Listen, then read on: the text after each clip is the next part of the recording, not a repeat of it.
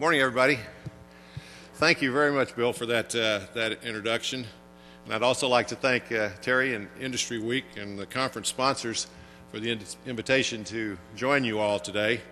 And I also appreciate whoever invented this podium. It's really nice having it at the right height, as Bill says, for average height people. Anyhow, also thanks for your great hospitality, especially Siemens and Harley last night for that great reception. And I want to congratulate those of you who are Best Plant awardees. I looked at the requirements, and it's almost like applying for the Baldrige Award, and it looks like a never-ending and daunting task. But for those of you who have achieved it, it's just an incredible award and recognition, and I congratulate all of you. And as Bill said, as the federal government's lead advocate for America's manufacturers, it's a privilege today to speak to the men and women who manage the plants, oversee the shop floor, and help strengthen one of America's greatest economic assets, which is manufacturing. I really enjoy preaching to the choir because I get lots of head nods as I go through these comments. Throughout my experiences, I've developed a real appreciation for the challenges that you all face as the global economy evolves. You notice I did say the global economy is evolving. We're not in globalization, we are evolving globalization. As Bill said, I spent over 30 years as a naval officer, and that was mostly at sea, but I had a couple of unique shore duty experiences. One as Director of Programs in the Navy Office of Legislative Affairs, which gave me kind of an appreciation for one end of Pennsylvania Avenue, and I also had a wonderful 2.5-year tour as the naval aide to President Reagan, which gave me an appreciation for the executive branch at the other end of Pennsylvania Avenue. After retiring from the Navy, I served for over 5.5 years as president of the Air Conditioning and Refrigeration Institute. It's the manufacturing trade association representing the manufacturers of commercial air conditioning and refrigeration products, which is really an American-centric industry. And during those 5.5 years, I advocated for the air conditioning and refrigeration industry on a number of issues. You all will be familiar with all of these: standards, equipment performance certification programs, energy efficiency regulations, technical education and certification, and, last but definitely not least, competing in the global marketplace. And throughout all of these experiences, I saw one common thread woven into the fabric of America's manufacturing sector, and that is that you all can compete with anybody if you're given a level playing field. So today I want to do three things. First, I want to give you a kind of an overview of what this department, Manufacturing and Services, we affectionately refer to it as MAS, really is. Second, I want to tell you about how MAS is working to try to strengthen your competitiveness. And then third, I'd like to highlight where American manufacturing stands today and provide a preview of how we see it going in the next 30 or 40 years. The idea of having an Office of Manufacturing and Services was first conceived in 2003 due to all the complex issues you all were facing. We held a series of manufacturing roundtables which represented numerous industries all around the country. And that provided firsthand input on the issues that small, medium, and large-size manufacturers were facing. And the result of these roundtables was the Manufacturing in America report, which established manufacturing and services and my position within the Department of Commerce. And since its establishment in 2004, MAS has evolved into an effective organization. We're very young in the world of government bureaucracies in Washington, but our industry experts' knowledge cover over 93% of the U.S. economy, and it makes us the foremost government industry experts across a wide variety of businesses. Our overarching goal is advocating for a positive business environment, and we do this by conducting regulatory analysis, by coordinating standards issues throughout government, by influencing the debate through our sector knowledge and by providing data that's critical to the manufacturing and service sectors. Built on the pillars of our industry experts and our industry analysts and our sector specialists, we represent American businesses within the interagency policymaking process, also within the interagency regulatory process. And this way, hopefully, rules and regulations, policies, and even laws will now be passed with an eye toward U.S. competitiveness. In addition, MAS oversees 19 private sector advisory groups, including the one you're most interested in, our Manufacturing Council. These partnerships provide valuable input and intelligence on the issues and challenges that face America's private sector. Combined, these responsibilities form a broad knowledge base and expertise that ranges from medical devices to machinery to autos to finance to aerospace to environmental technology to raw materials and everywhere in between. On any given day, our staff is working on up to 40 or 50 trade barrier issues. We're analyzing the economic impact of maybe 20 different regulations. We're speaking on your behalf in interagency activities, and we're addressing your interests with Congress. The staff is representing you, advocating for a better business environment for your countries, for your companies, and working on strengthening U.S. competitiveness. Next, I want to talk about how MAS specifically addresses some of your concerns. Our team understands the premiums that you pay to operate here at home. It's alarming that manufacturers face almost a 32% cost disadvantage relative to our chief manufacturing competitors. 3 years ago, this amount was around 22%. Today, the cost of complying with federal regulations is roughly $10,000 per employee in manufacturing. These costs, as you all know, impact your bottom line. So it's our job to help decrease the premiums you pay to operate here at home so you can compete in today's economy. And hopefully we're making long-term positive impacts, especially the areas where we focus: regulatory, energy, and environmental costs. Our analysis of OSHA, the Occupational Safety and Health Administration's hexavalent chromium rule a year ago, has reduced costs by almost $300 million a year in those industries that were affected. Regarding environmental regulations, MAS contributed analysis to the EPA's, the Environmental Protection Agency's, economic impacts of the Spill Prevention, Countermeasures, and Control, the SPCC rule. Some of you are familiar with that.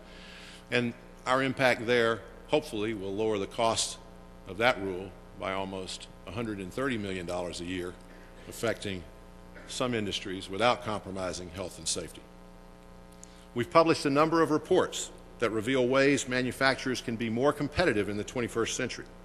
For example, our Energy and Environmental Industries Office recently analyzed potential exports of clean coal technology out through the year 2030, finding that we could possibly export as much as $36 billion worth to markets in China, India, and South Korea. Because financing is essential to manufacturers, our financial services experts have developed the Quick Trade Finance Guide, which is an easy-to-understand tool for small businesses. It's helped the small and medium-sized manufacturers navigate the unbelievably complex world of government-assisted finance for exporting. And we're also in the process of releasing a revised second edition to this bestseller, hopefully to be out by the end of this month. The data that MAS provides is vital in assessing your sector. Earlier this year, we released a new data series that precisely measures merchandise export values for 369 different metropolitan areas. It's called Metro Data. This new series underscores the positive impact that exporting and free trade has on local economies. Take the great city we're in right now. In 2006, the Milwaukee metropolitan area was the 30th largest export market in the United States, with sales totaling almost $7 billion. Canada was the leading destination for Milwaukee's exports, followed by Mexico and China. The top export category was machinery, which accounted for almost $2 billion worth. Other top exports were computer and electronic products, transportation equipment, and electrical equipment. Milwaukee's export merchandise to the NAFTA countries totaled $3 billion, which was about 44% of the total merchandise exported that year. This data is another example of why we should encourage further export growth. Opening new markets for American workers and exporters will enable the U.S. to continue growing and prospering. Free trade agreements are the best way to keep the momentum by knocking down the barriers to exporting American goods and services. It's critical for Congress to pass the upcoming Colombia Free Trade Agreement, followed by the one with Panama and South Korea. The third topic I'd like to discuss is the state of manufacturing and reveal what we think it may look like in the future. Despite recent setbacks, U.S. manufacturing has proven its resiliency to bounce back from certain advancements such as technology and recent economic shifts and the evolution of globalization. It's still a prosperous sector of our economy, and it's still thriving. So while manufacturing still confronts, and you all are aware, many, many challenges, reports of its demise are greatly exaggerated. Standing alone, U.S. manufacturing would be the 8th largest economy in the world. The United States is still the world's largest manufacturer, producing almost $2 trillion worth of goods, about 61% more than your chief rival, China. In 2007, manufacturing exports in dollars amounted to almost $1 trillion. So while these numbers are encouraging, we still need to maintain our position as the world's leading manufacturer. Going forward, we need to confront the issues such as sustainability, for example. Sustainable manufacturing practices can cut energy costs and lead to a cleaner environment. In addition, these practices are smart business decisions. They're profitable, cost-effective, and create capital. We're working on sustainability issues within the government. We've established the Sustainable Manufacturing Initiative to identify industry's challenges and to coordinate a public-private sector effort to address these challenges, always with an eye toward lowering your costs or increasing your revenues. We're directing a number of efforts that respond to U.S. industry feedback on sustainability. For example, we've created the first online clearinghouse of sustainable manufacturing U.S. government programs and resources, and it can be found on the World Wide Web at manufacturing.gov. We're also planning a within the United States domestic trade mission type thing, much not unlike what you're doing here today, yesterday, and today. We're going to highlight small and medium manufacturers where we can showcase the leading companies in the sustainability field and help make connections between the different size firms so all who want to move into this field can do so in an affordable and realistic manner. Another initiative we're working on is called the Manufacturing 2040 Project.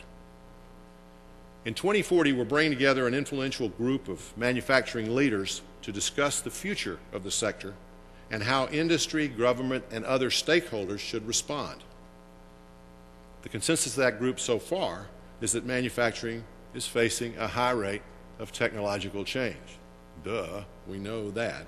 But we're looking at radical environmental, geopolitical, and social change out to 2040. Back in February, we held an energy conference to examine the issues, opportunities, and challenges for public-private cooperation to strengthen America's clean energy industry. Participants representing the private sector identified key policy outcomes and desired solutions that will benefit our energy industry and also its customers, you all. We also have to recognize that the nature and the future of manufacturing is constantly changing. However, that does not mean that manufacturing is dying or will decline. As you all know, it's evolving away from repetitive work on a factory floor. In fact, American manufacturing companies are leaders in technology, as you all know, and you all are providing knowledge-based, quality jobs, and you're leading the world in innovation and the innovative integration of services. I've visited plants of all shapes and sizes, almost 100 in the last 6 years, from small mom-and-pop operations to big global conglomerates.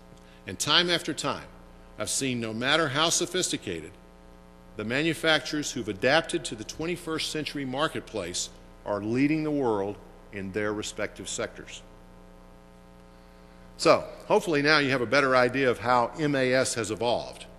And in a short period, MAS has become a credible and important advocate for you all.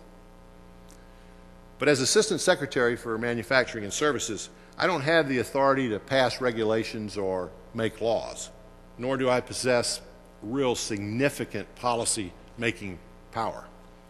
However, I and 219, yes, we have 219 on our staff, of America's finest public servants have the ability to influence the debate on your behalf by leading a business-friendly, pro-manufacturing unit within the government.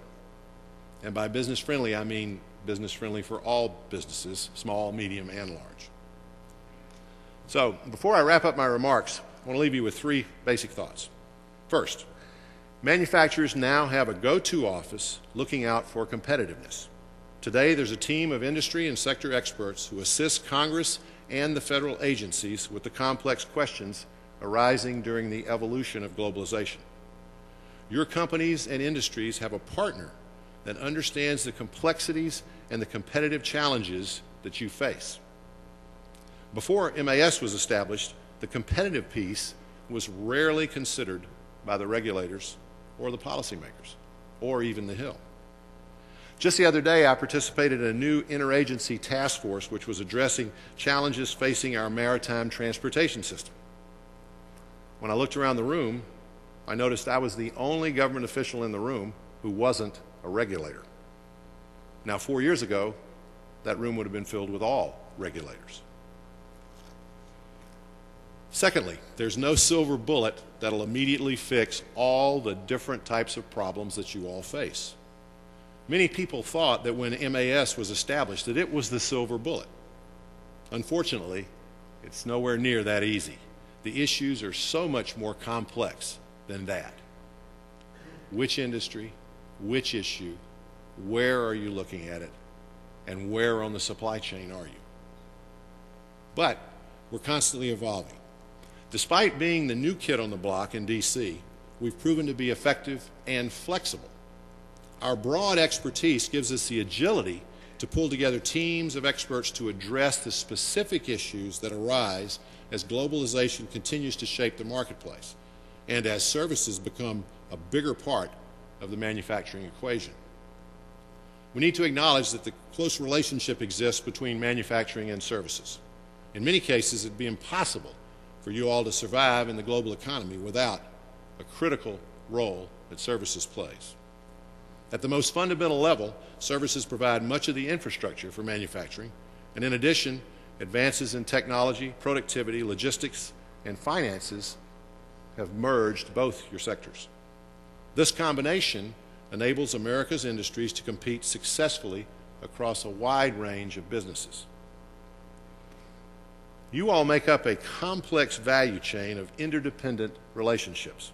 Small and large businesses are partners relying on each other's unique capabilities in fostering innovative marketing products and providing services to create value in unforeseen ways. Third, my final thought. The first agenda item for every policymaker, lawmaker, or regulator should be impact on U.S. competitiveness. Do these actions have any kind of negative or unintended consequence on U.S. industries? That way of thinking is a key path to our prosperity. In manufacturing and services, our small department will have succeeded once that mindset is practiced by all the leaders in Washington. I want to thank you all for your time, your attention, and for making America the world's leader in manufacturing. Thank you.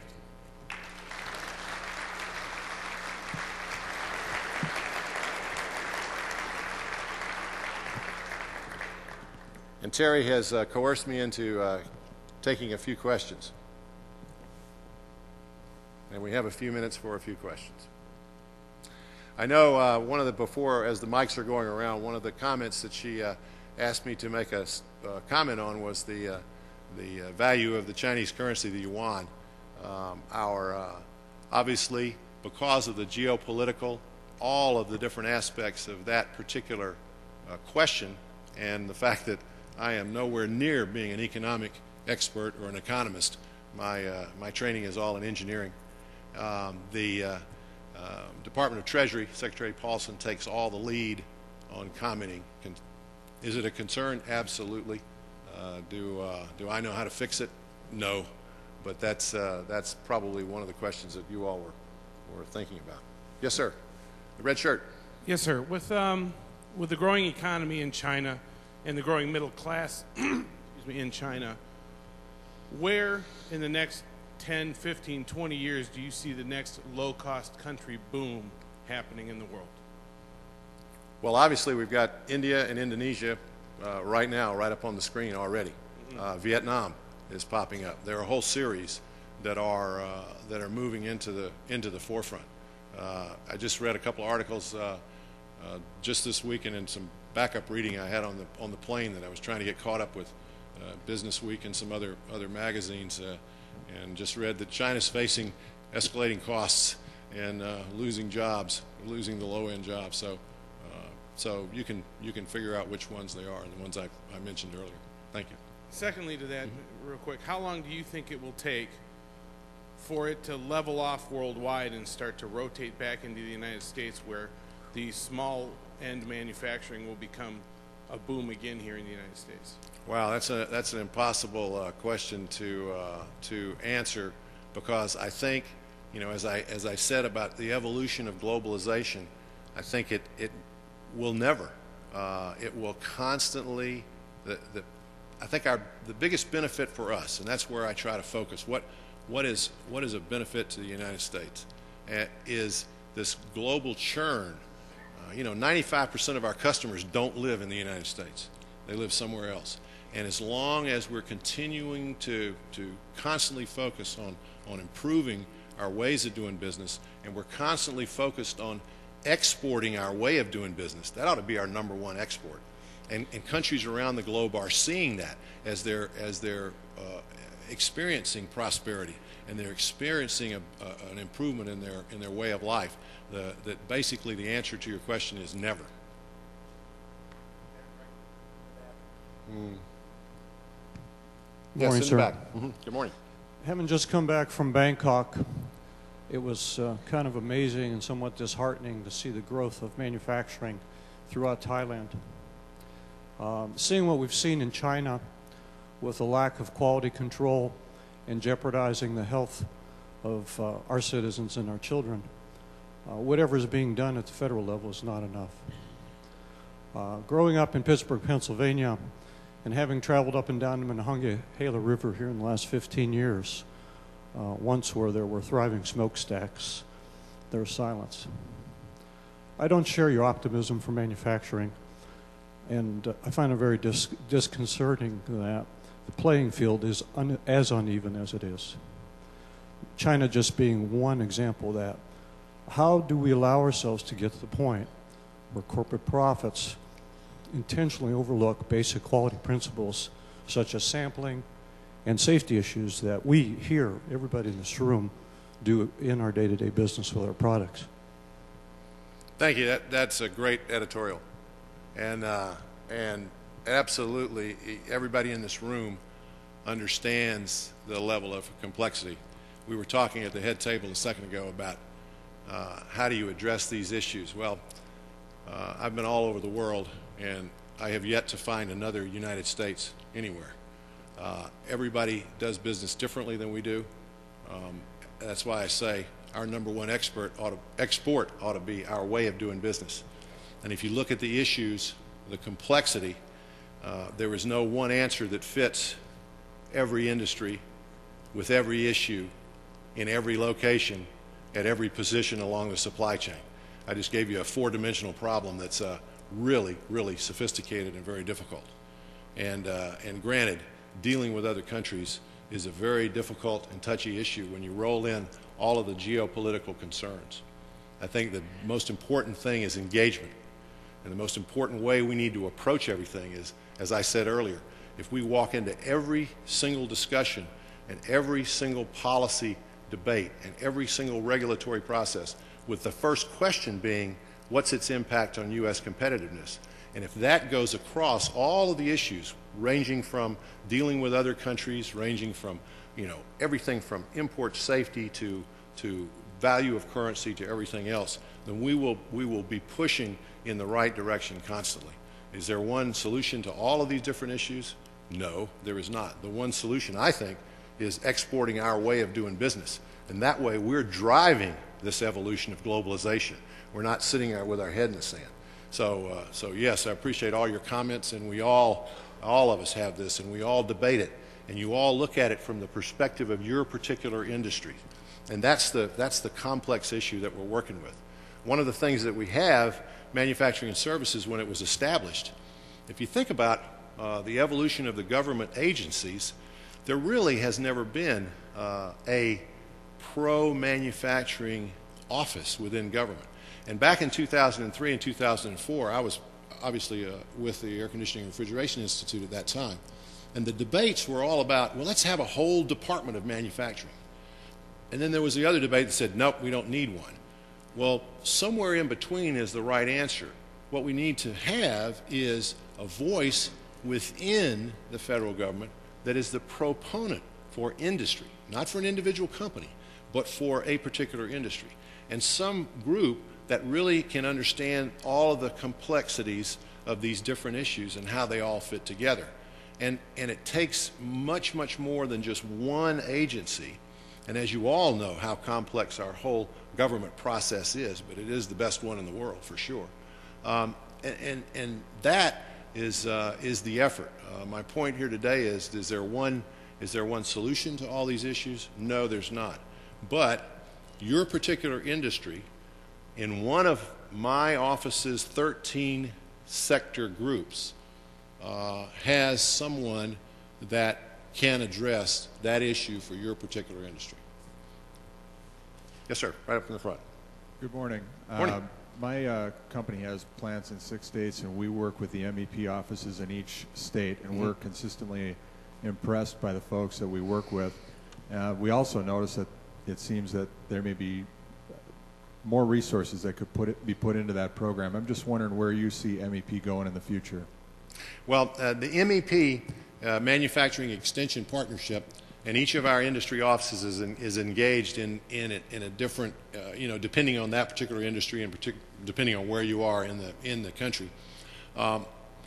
The program is, the oversight for it is with NIST, which is the NIST. What is that acronym? I love this. I spent my life in the Navy mostly and learned all those Navy acronyms and defense acronyms. Then I went in the HVAC&R business and learned all those acronyms, and now I'm back in commerce and trying to come up with more acronyms.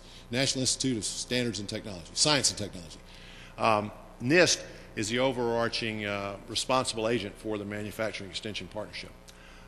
It was originally conceived as a public-private venture that was going to start with a public seed capital and then be taken over by the private sector. It has, over the years, developed a constituency, and so therefore it has political pull and push all around the country. Some of the MEP officers are fantastic. Others are not very active. And again, it depends on the industry and the need and where you're talking about. I think absolutely there is a need for it on down the road. How it evolves away from tax dollars to the private sector, I don't know. I can't answer that, but I can see it sustaining in the future. And we work, again, very closely with NIST on specific industry issues and specific locations, depending on what the activities are. But we've got some real successes in some of the MEPs around the country. In the back here. Can you hear me? I certainly can. Thank you very much. I really appreciate the help on competitiveness, and then we're all here to talking about productivity and sharing best practices. One of the things, and I have a limited understanding of the corporate tax structure, however, I understand, and our company as well participates in this, that for every dollar of revenue that you generate overseas, there is a benefit, and you can keep more of that revenue than that revenue that's generated in the United States. So I'd like to know just what your organization is doing to try to influence or help the policymakers to really take a hard look at the corporate tax structure. That would really level the playing field. Very little. The tax structure and tax issues are really outside of our portfolio. However, I've received this comment or this question a couple of times over the last couple of weeks, and in fact yesterday sent out a little note to my office directors asking for any particular industries where we were working on particular tax issues concerning industry. Obviously, that's where we're engaged at that level. Tax policy resides elsewhere, but we get engaged where a particular industry has a particular tax issue. And as I would say right now, very, very little we are engaged in tax structure issues. Now, I think the due date on the response back from my office directors is sometime next week. So if you leave a card with me, I can get back to you on any particular ones we're working on. And which industry is yours? Medical devices, yeah. Medical devices is very interesting, and this is one of those service manufacturing things. If you can imagine on my services side of the office, we have a medical services desk with some analysts who are working those issues. And over on the manufacturing side, we have a medical devices office. And right now, of course, because of the incredible integration between those two, we are providing, although we're not the healthcare folks, we're helping within the interagency process on the technical aspects and the economic aspects of both dimensions within the healthcare world. Again, we're not the lead there, but we're providing the economic and industry specialist and the economic analysis in behind it. Yes, back there. Good morning. Morning. Along the lines of increasing our imports, there's a requirement on the horizon which may affect exports to the European Union. Exports. We're all about exports. Okay, yes, my error. It's called REACH. It involves registration and evaluation of chemicals, which involves exports to the EU. Right. I was wondering if you can comment on that initiative and what your agency is doing. Right. REACH resides within our Market Access and Compliance branch, the International Trade Administration, under which Manufacturing and Services resides, has 4 branches. Market Access and Compliance, MAC, IA, Import Administration, and Commercial Services, both the U.S. Commercial Service, which revolves around our U.S. Export Assistance Centers, and the Foreign Commercial Service. Each of those 4 departments, of course the 4th department being Manufacturing Services, each of those 4 departments has a role. Market Access and Compliance is the lead agent on REACH and is working with Commercial Service on positioning a U.S. Commercial Service officer in Helsinki to be the U.S. representative for the REACH process. My chemical office, chemistry industry office, is providing sector and connectivity with the industry on those issues. And REACH is an incredibly complex issue with great impact. And so that's where we are in all that. And I think the first phase of it comes into effect in June of this year, I believe. And that's about the total extent of my knowledge. In my role, I get to be about a mile wide and about a millimeter deep. Okay. Well, thank you all very much for your attention again, and keep at it. As I said earlier, the industries that I see that are leading are the ones who are focused on what you all are here and what you're all about, which is constantly, getting quicker, better, faster, more efficient, more cost effective, and doing it that way. And I congratulate your efforts, and we're trying to push this competitive issue in Washington. Thank you all very much, and have a great rest of the conference.